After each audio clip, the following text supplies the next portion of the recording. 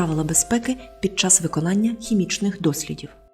Забороняється брати реагенти незахищеними руками, залишати відкритими банки та склянки, що містять будь-які речовини, класти свої сніданки на лабораторні столи та вживати їжу в кабінеті хімії, пробувати хімічні речовини на смак, нахилятися над посудиною, у яку наливають якусь рідину, особливо їдку, самовільно зливати та змішувати реактиви, зливати реактиви в раковину, виливати та висипати залишки реактивів у склянки та банки, з яких їх брали,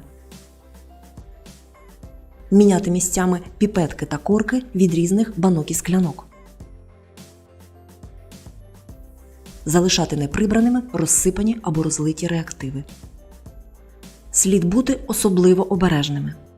Кислоти та луги є їдкими речовинами. Вони подразнюють шкіру, слизові оболонки та спричиняють опіки. Калій-перманганат, купрум-2-сульфат, барій-хлорид – це токсичні та фізіологічно небезпечні речовини. Перед виконанням лабораторних і практичних робіт уважно ознайомтесь з описом роботи і вказівками щодо її виконання. У разі використання липких, отруйних, вогне- та вибухонебезпечних речовин слід бути вкрай обережними. Правила роботи в хімічній лабораторії. Визначаючи речовину за запахом, не нахиляйтеся над посудиною, а спрямовуйте до себе газ рукою, не вдихаючи на повні груди. Пробірку закріплюйте в пробіркотримачі, фіксуючи її біля отвору. Запалюйте спиртівку сірником. Гасіть, накриваючи полум'я ковпачком. Нагрівайте речовини у верхній частині полум'я. Саме там воно має найвищу температуру. Нагрівайте спочатку всю пробірку або скляну пластину, потім, не виймаючи її з полум'я, ту частину, де міститься речовина. Для захоплення й утримання гарячих предметів використовуйте тигельні щипці. Для твердих речовин використовуйте шпатель. Перемішуйте розчин у пробірці струшуванням або постукуванням. Для перемішування речовин у хімічній склянці використовуйте скляну паличку з гумовим наконечником. Якщо розчин потрапив на шкіру – перша допомога. Якщо краплини розчину кислоти або лугу потрапили на шкіру, негайно змийте їх під сильним струменем холодної води, а потім обробіть пошкоджену ділянку 2% розчином питної соди або борної кислоти відповідно.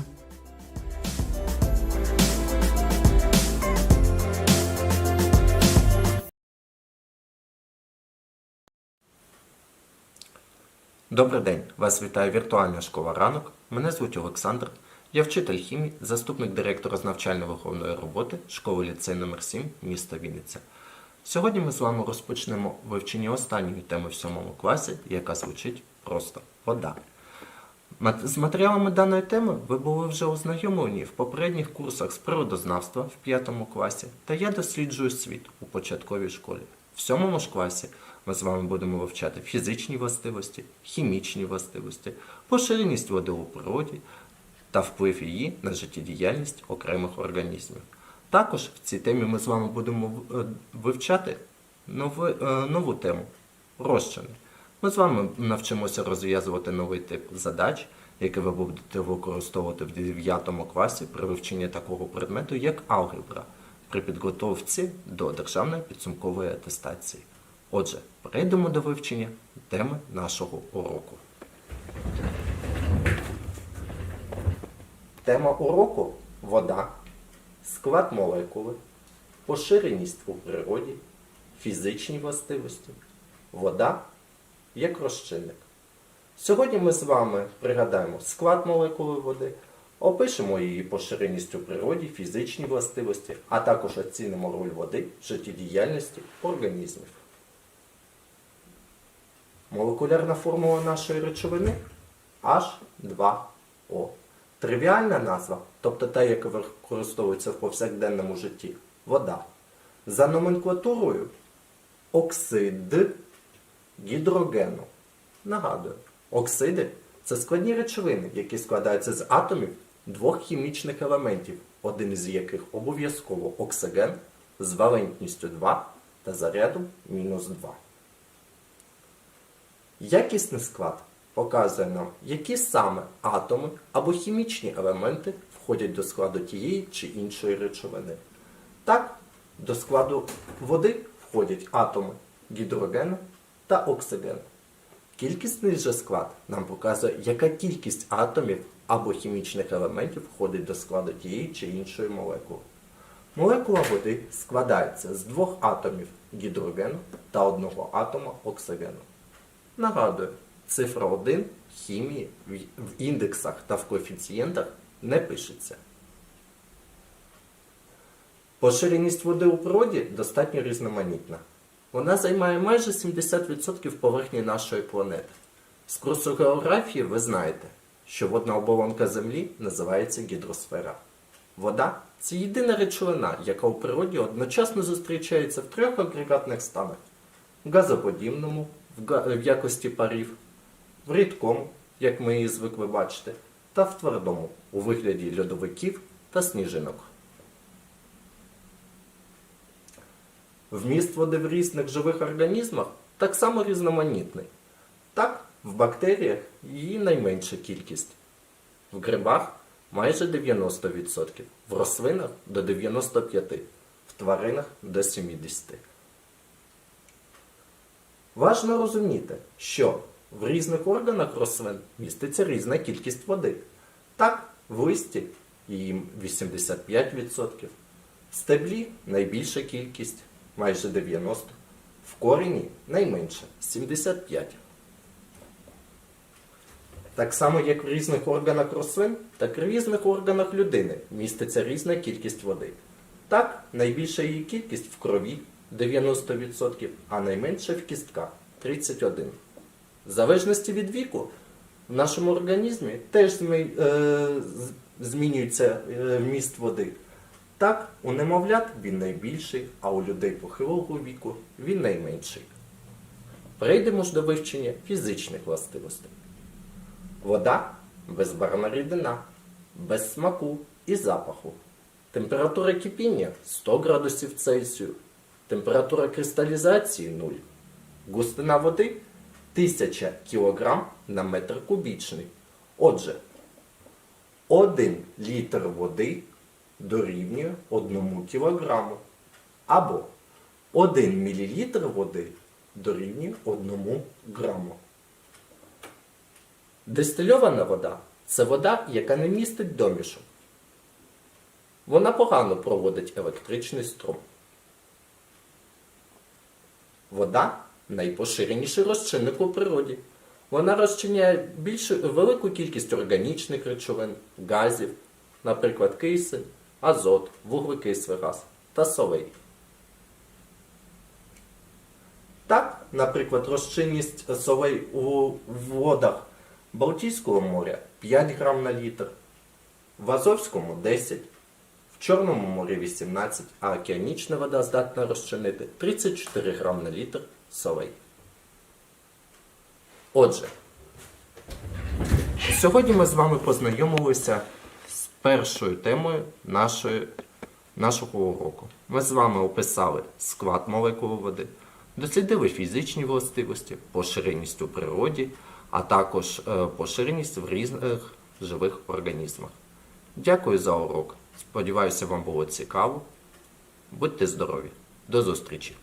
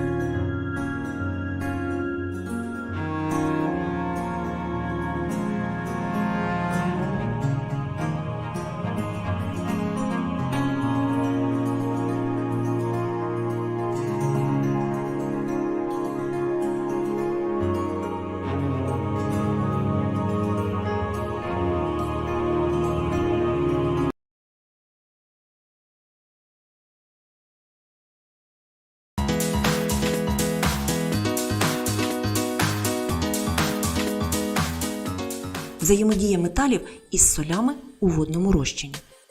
Обладнання – штатив із пробірками. Реактиви – розчини купрум-2-сульфату, цинк-сульфату, гранули цинку, мідний дріт. Налийте в пробірку номер 1 розчин купрум-2-сульфату об'ємом 2 мл. А в пробірку номер 2 таку саму кількість розчину цинк-сульфату. У першу пробірку опустіть 1-2 гранули цинку, а у другу – шматочок мідного дроту. Почекайте 2-3 хвилини.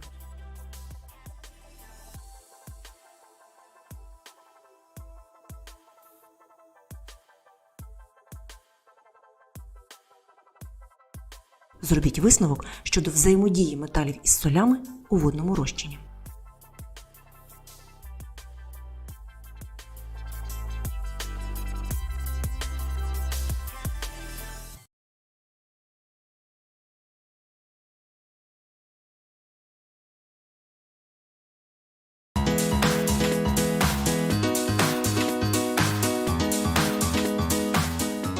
Взаємодія солей із лугами у водному розчині. Обладнання – штатив із пробірками, піпетки. Реактиви – розчини ферум-трихлориду, натрій сульфату, натрій гідроксиду, калій гідроксиду, барій гідроксиду. Взаємодія ферум-трихлориду з натрій гідроксидом у розчині. Налийте в пробірку розчин ферум-трихлориду об'ємом 1-2 мл. Додавайте краплинами розчин натрій гідроксиду. Що відбувається?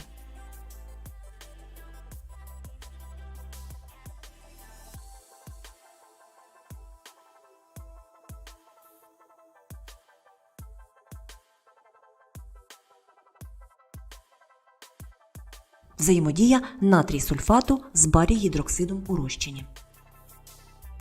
Налийте в пробірку розчин натрій сульфату об'ємом 1-2 мл. Додавайте краплинами розчин барій гідроксиду. Що ви спостерігаєте?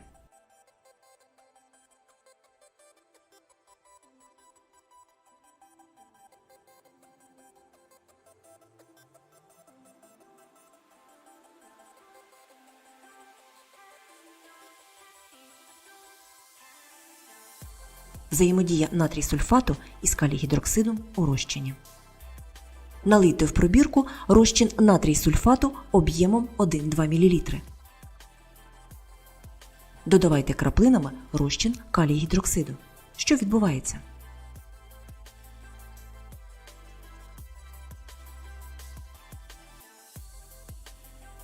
Зробіть висновок щодо взаємодії солей із лугами у водному розчині.